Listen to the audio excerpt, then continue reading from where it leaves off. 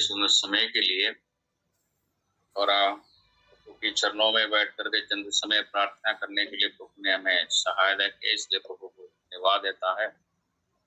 और आइए हम एक वचन पढ़ेंगे, एफेसियों की पत्री उसका 4:27 में इस प्रकार लिखा है, और ना शैतान को अवसर दो।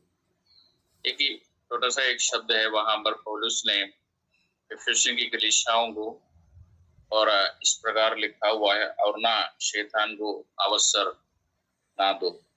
ठीक है, कई बार जाने में अनजाने में हम शैतान को अवसर और जगह जब दे देता है, शैतान हमारा जीवन में, परिवार में, कामों में और कार्य करता है। हम जब उत्पत्ति की किताब जब पढ़ता है, परमेश्वर ने आदम और हवा को आज्ञा दिया था, फलाना पेड़ का फल नहीं खाना है, लेकिन हम वहां पर उत्पत्ति की किताब में इस प्रकार पढ़ता है, हवा ने, जहां प्रभु ने जाना नहीं, खाना नहीं बताया गया, हवा ने बस वहीं उस पेड़ के सामने और नीचे और सामने जाकर के खड़े रहा है।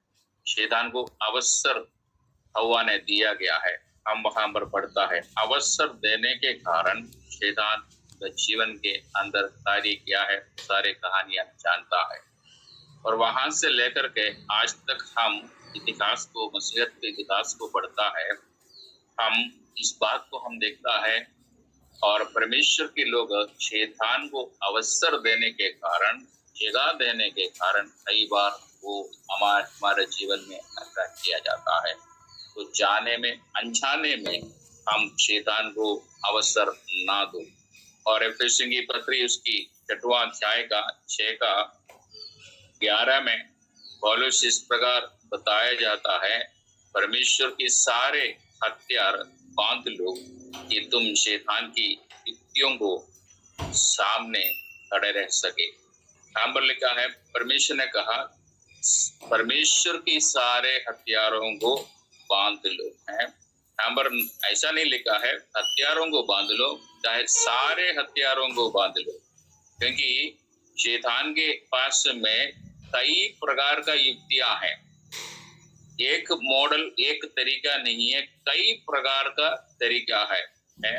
एदन बाटिया में हवा के पास एक तरीका उन्होंने किया है, इसका मतलब ये नहीं है सबके पास सेम तरीका शैतान करेंगे। उनके पास कई तरीका है, कई युक्तियां है, कई प्रकार का मॉडल्स है, और आपकी कमजोरियों को समझते हुए शैतान हमारे जीवन में कार्य करता है। इसलिए पौलुस कहता है, और परमेश्वर का सारे हथियारों को बांध लो।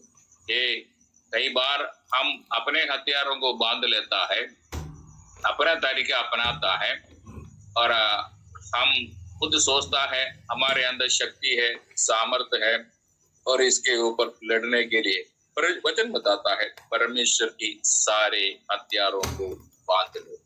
क्योंकि जब तक परमेश्वर ने हमें दिया हुआ हथियार है, जब तक हम सारे हथियारों को नहीं बांध लेता है, और हम उसके सामने खड़े नहीं हो पाता है। यहाँ पर लिखा हुआ है कि तुम शैतान की युक्तियों को सामने खड़ा रह सके।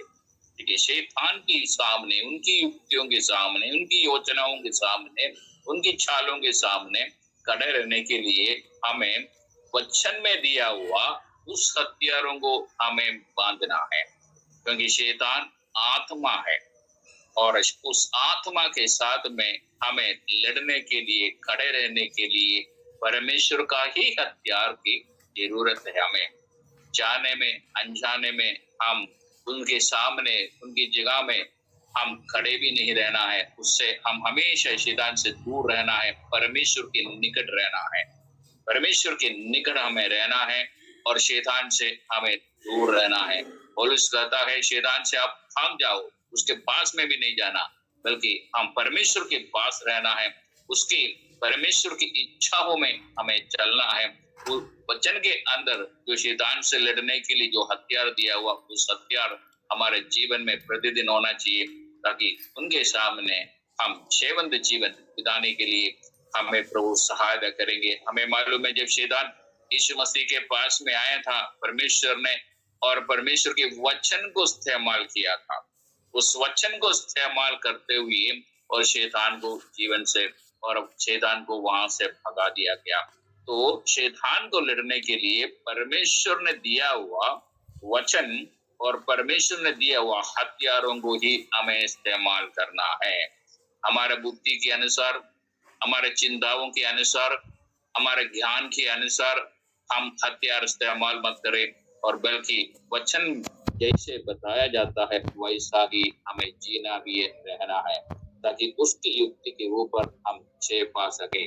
तो पौलुस ने इसलिए कहा है, और ना शैतान को अवसर ना दो। ठीक है, हमारे जीवन में हम दिन प्रतिदिन, हमारा जीवन के हर समय में हम इस बात को याद करते हुए और समझते हुए हमें चलना है।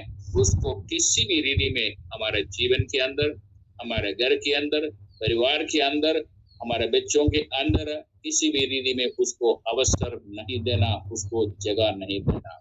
जैसे कहावत होता है ना, उंगली दिया है तो हाथ पकड़ा जाएगा। तो शैतान सिर्फ हाथ नहीं है, पूरा आप सबको पकड़ा जाता है अगर आप उंगली दिया जाए तो इसलिए हम ऐसे गलती ना करें, और परमेश्वर के हथियार इन दिनों में बांधते हुए हम प्रभु में बढ़ते रहेंगे। प्रभु आप सबको इस वचन से आशीष दे।